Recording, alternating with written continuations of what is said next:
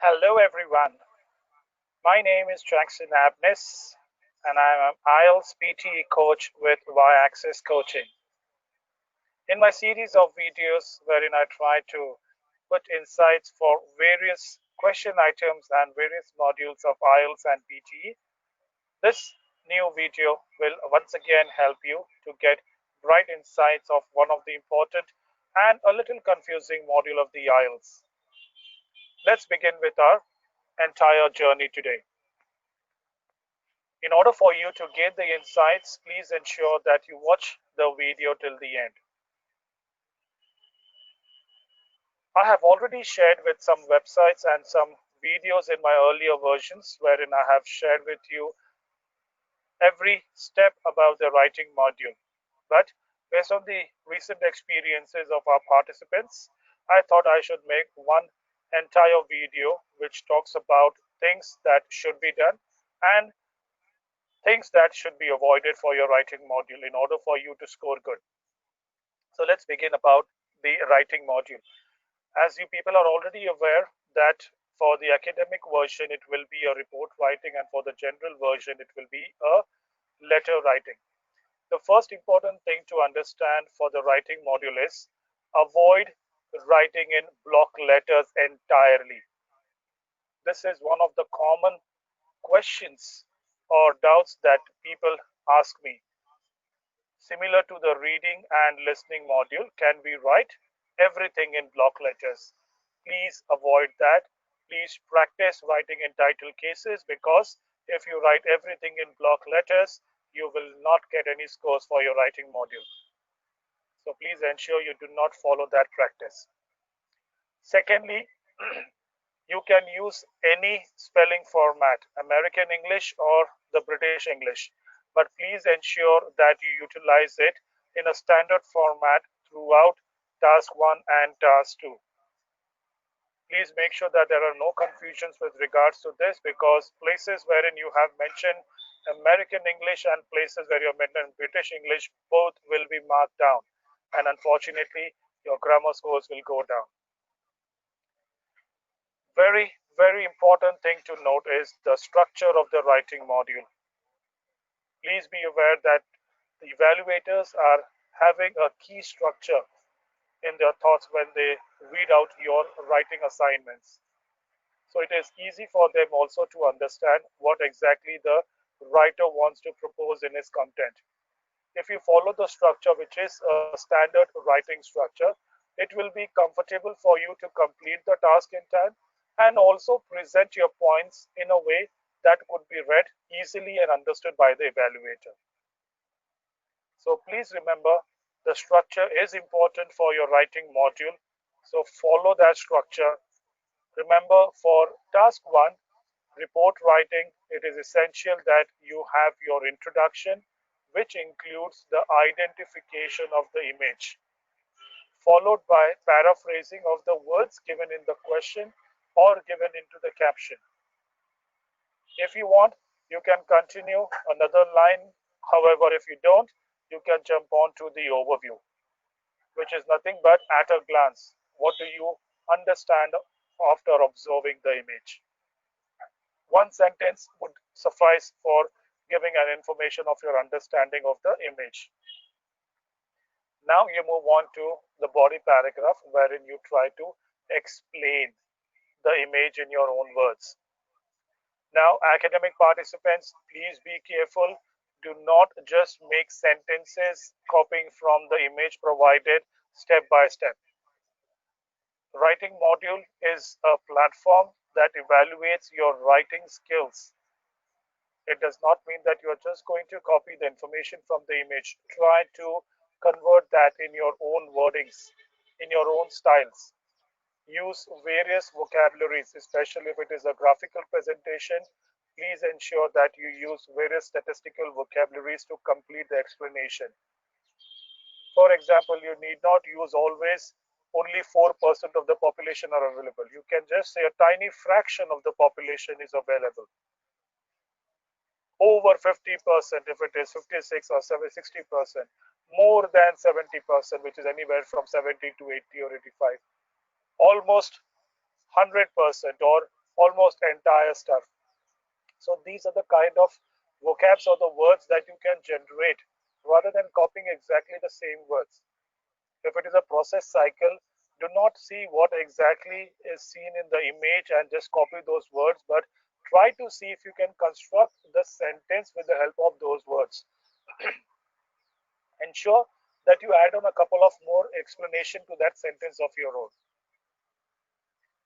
Finally, conclusion is not mandatory, but I have participants who ask, I have a habit of writing conclusion. If you are comfortable and if you are not repeating what you have mentioned in the overview, you are good to go with the conclusion. Also, avoid any opinion words. Conclusions should be generic based on the image and no, in my opinion, I personally believe, I think, do not use those. Also, with regards to the word count, try to have an ideal word count anywhere between 160 till 205 maximum. You need not go beyond that. Now, on the other hand, for the general version, please be aware, people, we have a habit. We are accustomed to writing emails, so we do understand the length of the email or the length of the written content which we write officially to somebody plays a vital role. We cannot be explaining each and everything in simple sentences and thus making the letter go much beyond what is expected for a letter. An ideal letter should be anywhere between 160 till 200 maximum. If you follow the structure, you will be able to abide to this. You will not need to go beyond this word count. So please ensure, though there is no upper limit of the word count, but evaluators are a little skeptical to get into letters which are 215, 220, which means definitely you have tried to explain too much which is not needed. This may cause a lot of errors into your grammar. This may arise paragraphing errors. So please be careful. Once again, the structure remains the same. Introduction, wherein you write the purpose of the letter clearly. Please do not write in short forms. For example, I'm applying for a leave. If you are writing a formal letter, even though you know your boss, it is an examination and you are going to write to a boss. So write and explain the reason. I am writing with regards for a leave application from so and so date due to an urgent house work for which I need to travel. Anything. In one complex sentence, you can have your introduction been nicely put up. You have your body paragraphs wherein you can explain them nicely.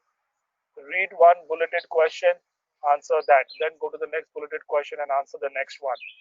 Please ensure that once you finish writing task 1 of general version, which is a letter, please go back and read the task, especially the opening and closing salutation. Enormous problems are arise only because of this syntax error. Very common, very silly, but yes, it impacts your task response. You yourself are confused about what type of letter you are writing. So please ensure whenever it is a formal letter, dear sir or a madam, after that there is a comma and you end with yours faithfully. There is no apostrophe above S and the letter F is small. After that there is a small comma and you go on to your full name and first name and last name. Either you can write yours or you can write any other name. No need of putting up your name also. It's not mandatory, but create the first and last name. Same goes for semi-formal. You begin with dear, Mr. or Miss, the last name, and then you end it up with yours sincerely, once again, first and last name. But when you're writing informal letter, you can write with dear, first name of the person, and then you end with best wishes, regards, warm wishes, warm regards, and only the first name. One additional point to note over here is there is a difference in the tone. That means the difference in the language structure that is you're going to put for formal, semi-formal as compared to the informal.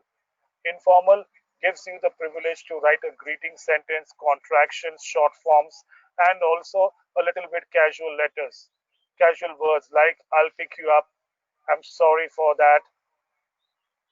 But when you come into a formal and a semi-formal, You have to be a little more conscious about the words that you're writing, especially apologizing. Okay, so those are the kind of tones that you have to utilize when you distinguish between formal and semi-formal. That also plays a vital role. Now, one of the most important tasks, which is task 2, essay, read the question carefully. One very common mistake and a common question arising in every batch that I conduct and with the participants is, I forget to write the opinion. Can I write? I will discuss my points and then come to a conclusion for my opinion. Please remember, people, if you are given an opinion based question, it is extremely essential that you people write your opinion, your stand clearly in your introduction. The statements that I've just shared will not be accepted as your opinion, and you might miss out some vital points from your task response. Also, you have to make sure that if you have taken a stand, focus on it and work only on it, rather than having additional things and getting a deviation in it.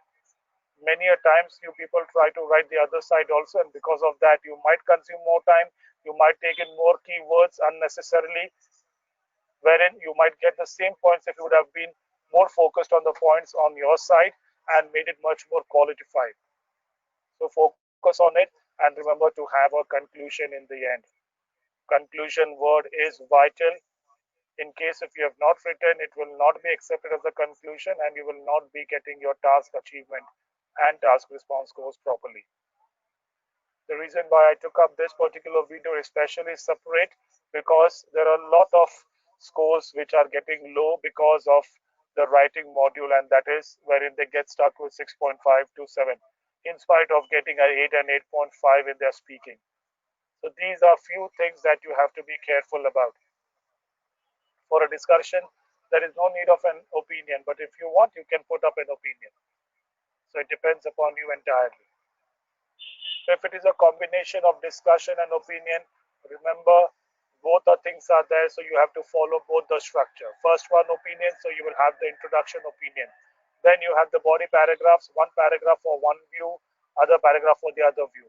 If you want, you can elaborate one more paragraph with your opinion justification and you close it. So 5 body para for discussion and opinion together.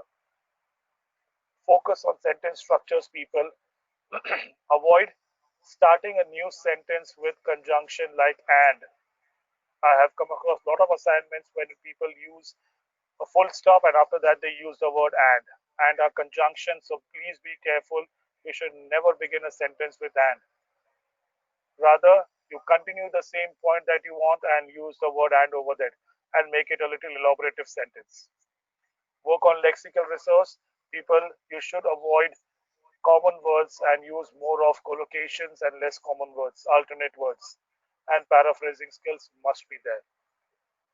Please continue your practice.